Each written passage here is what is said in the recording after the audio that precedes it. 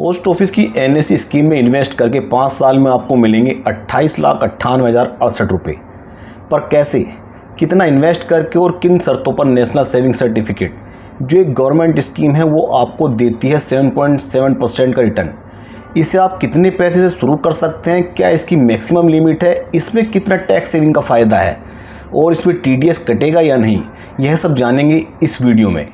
तो चलिए वीडियो शुरू करते हैं। आज के वीडियो में हम बात करने वाले हैं पोस्ट ऑफिस की एक बहुत ही पॉपुलर स्कीम के बारे में जो है एनएससी या नेशनल सेविंग सर्टिफिकेट।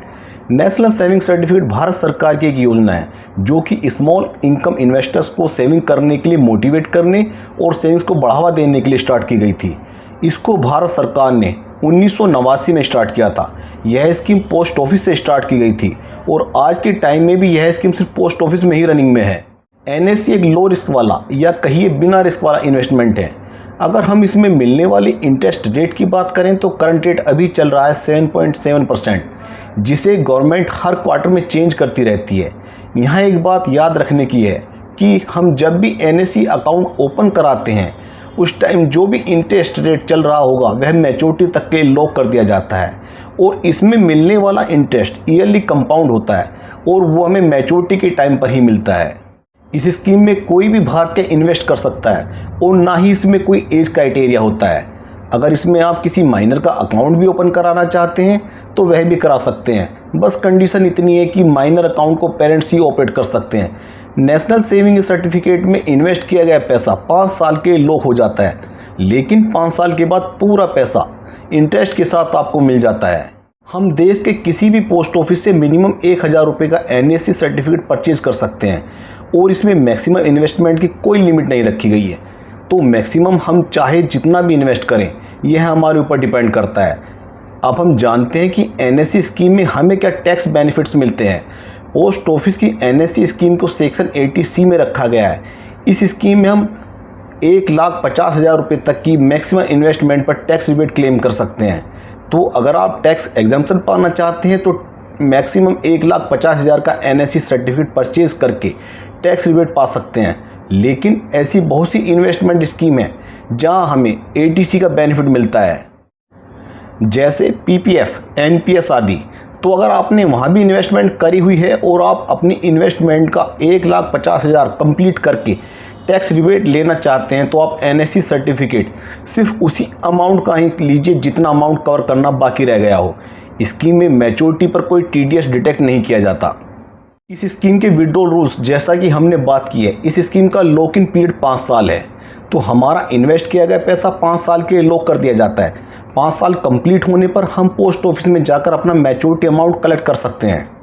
कुछ एक्सेप्शनल केसेस में जैसे अकाउंट होल्डर की मृत्यु या अकाउंट होल्डर को गंभीर बीमारी हो गई हो तो तभी 5 साल से पहले पैसा निकाल सकते हैं। पोस्ट ऑफिस की national saving certificate scheme account को एक पोस्ट ऑफिस से दूसरे पोस्ट ऑफिस में भी ट्रांसफ़र कराया जा सकता है। इसके साथ ही इसमें सर्टिफिकेट को परचेज करने की कोई लिमिट नहीं है। हम जितने चाहें उतने सर्टिफिकेट परचेज कर सकते हैं। इसमें हमें जॉइंट अकाउंट की भी फैसिलिटी मिलती है। मैक्सिमम 3 एडल्ट्स मिलकर एनएससी में जॉइंट अकाउंट होल्ड कर सकते हैं। नेशनल सेविंग सर्टिफिकेट को हम लोन के कोलेटरल के लिए भी यूज़ कर सकते हैं। यहाँ पर यह ध्यान रखें कि एनएससी पर लोन किसी भी पोस्ट ऑफिस में अवेलेबल नहीं है। एनएससी पर लोन सिर्फ और सिर्फ बैंक में ही अवेलेबल होता है, लेकिन एनएससी पर मिलने वाले लोन का अमाउंट एनएससी के अमाउंट पर डिपेंड करता है। इसमें बैंक आपके एनएससी के अमाउंट का 90 से 100% तक का अमाउंट लोन के रूप में दे सकता है। सपोज करिए आपने 1,00,000 रुपये का नेशनल सेविंग सर्टिफिकेट परचेज किया है तो इस पर आपको बैंक 90,000 से 1,00,000 रुपये तक का लोन दे सकता है। दोस्तों अब यह भी जान लेते हैं कि एनएससी में इन्वेस्टमेंट के बाद हमें प्रूफ क्या मिलता है। 2016 के पहले एनएससी में इन्वेस्टमेंट करने पर as a proof of purchase हमें एनएससी सर्टिफिकेट मिलता था, लेकिन 2016 के बाद से एनएससी में इन्वेस्ट करने पर हमें पासबुक इशू किया जाता है। चलिए अब देखते हैं कि एनएससी में कितना जमा करने पर कितना मिलेगा।